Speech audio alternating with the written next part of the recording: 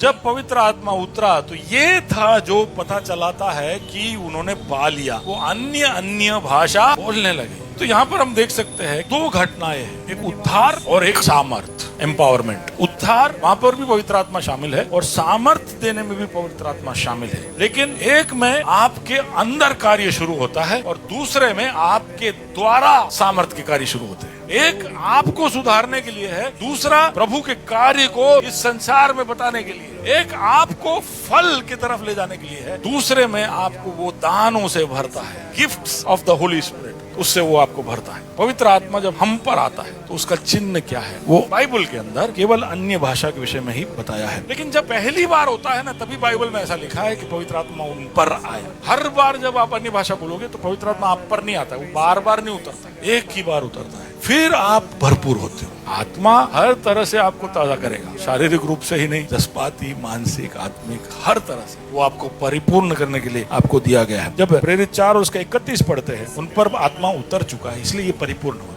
ये आपका भी कहानी होना चाहिए। जब आप प्रभु के सम्मुख बैठे हो, परिपूर्ण हो। ऑफिस में कोई आपका सामना करता है, आत्मा में परिपूर्ण हुआ और जवाब दिया। कोई आपको तकलीफ के परिस्थिति में लाकर रख दे, वहां पर आप दुआ करिए, आत्मा में परिपूर्ण होकर उस परिस्थिति से बाहर निकलने के लिए प्रभु आपको बुद्धि देगा, प्रभु आपको शब्द देगा। कोई कर्जे में पड़ गए, कोई बीमारी की अवस्था में, कोई निराश हताशा करने वाली अवस्था में पहुंच गए, तुरंत प्रभु के पास जाइए, वो आपको परिपूर्ण करेगा और उस जगह से बाहर निकलने के लिए आपको सामर्थ्य देगा।